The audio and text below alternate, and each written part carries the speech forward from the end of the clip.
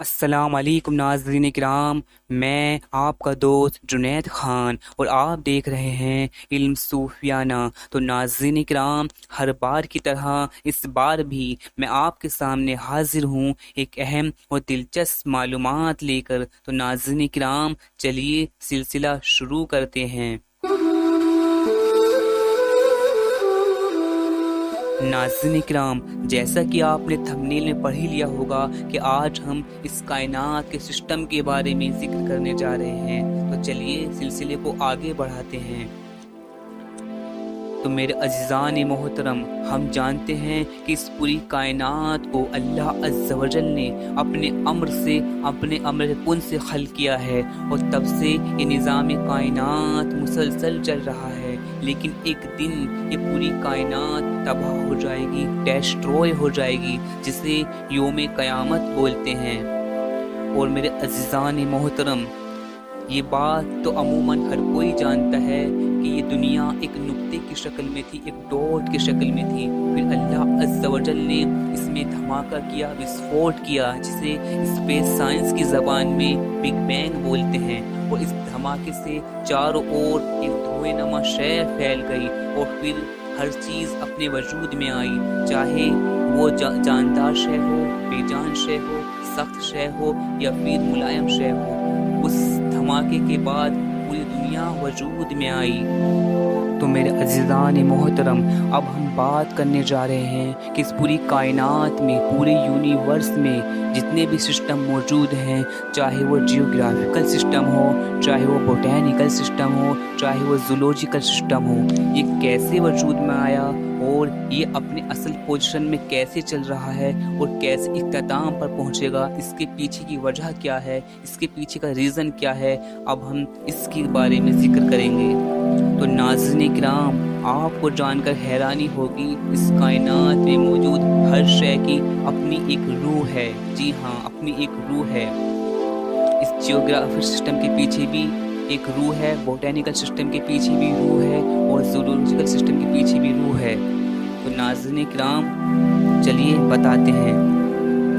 میرے عزیزان محترم، جب اللہ عز و جل نے تخلیق کائنات کے وقت روح جمادی پھونکی تو پورا جیوگرافیکل سسٹم وجود میں آیا۔ جی ہاں، جیوگرافیکل سسٹم سے مراد جتنی بھی سخت چیزیں ہیں، زمین ہے، پہاڑ ہیں اور چٹانیں ہیں، یہ سب وجود میں آئیں۔ ان کے وجود میں آنے کا سبب ہے کہ ان کے اندر اللہ عز و جل نے روح جمادی پھونکی تھی۔ اس روح جمادی کی وجہ سے یہ سب سخت شے، جتنی بھی سولڈ شے ہیں، یہ وجود میں آئیں، اور اس روح جمادی کی وجہ سے ہی ان سب کے ایٹمز آپس میں جڑے رہتے ہیں اور اپنی سولڈنیس بنائے رکھتے ہیں۔ نمبر 2، جب تخلیق کائنات کے وقت اللہ عز و جل نے روح نباتی پھونکی تو اس کائنات کا جتنا ہی بوٹینیکل سسٹم ہے وہ وجود میں آیا، یعنی جتنے بھی پیڑ پودے ہیں، گھاس ہیں، جتنے بھی پلانٹس ہیں، یہ سب وجود میں آئے۔ ناظرین کرام، اب چلتے ہیں نمبر 3 کی طرف۔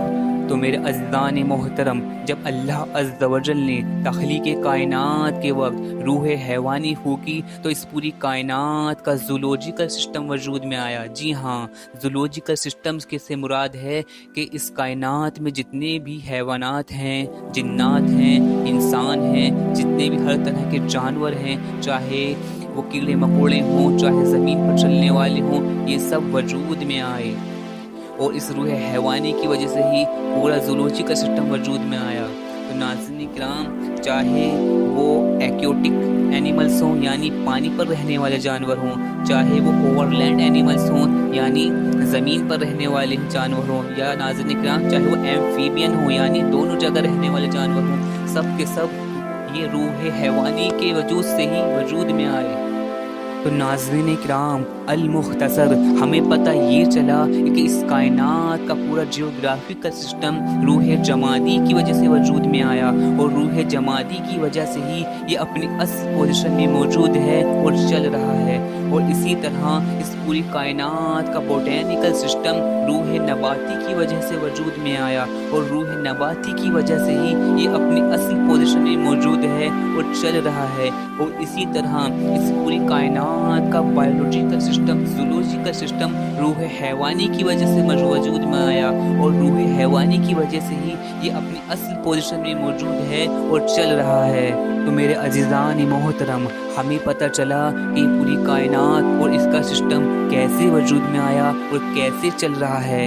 تو ناظرین کرام، اب ہم بات کریں گے یہ پوری کائنات اور اس کا سسٹم کیسے اپنی اختتام پر پہنچے گا، یعنی بروز قیامت یہ کیسے تباہ ہوگا، ڈیسٹروئے ہوگا۔ اب ہم اس کا ذکر کریں گے۔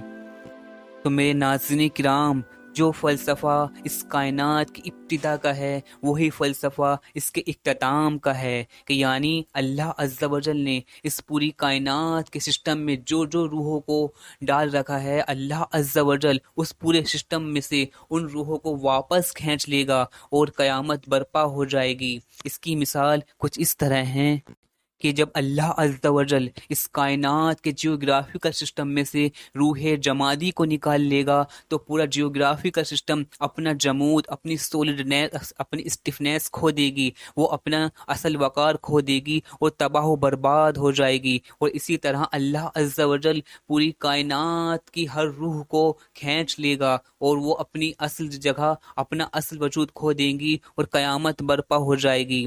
ناظرین کرام، جیسے کہ آپ نے قرآن شریف میں بھی پڑھا ہوگا، وَسِيرَتِ الْجِبَالُ فَكَانَتْ سَرَابًا، اور یہ پہاڑ روح کے گالے کی طرح اڑیں گے۔ کبھی آپ نے سوچا یہ کیسے ہوگا؟ یہ اسی وجہ سے ہوگا کہ اللہ عز و جل پہاڑوں میں سے روح جمادی کو نکال لے گا تو یہ اپنا جمود کھو دیں گے، اپنے اسٹفنیس کھو دیں گے اور روحی کے گالوں کی طرح یہ ہوا میں اڑیں گے۔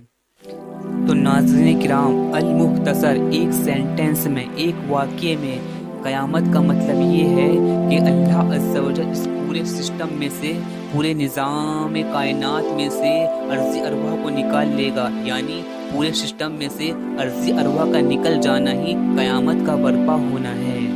ناظرین کرام، امید کرتا ہوں آپ کو آج کی جانکاری بہت پسند آئی ہوگی۔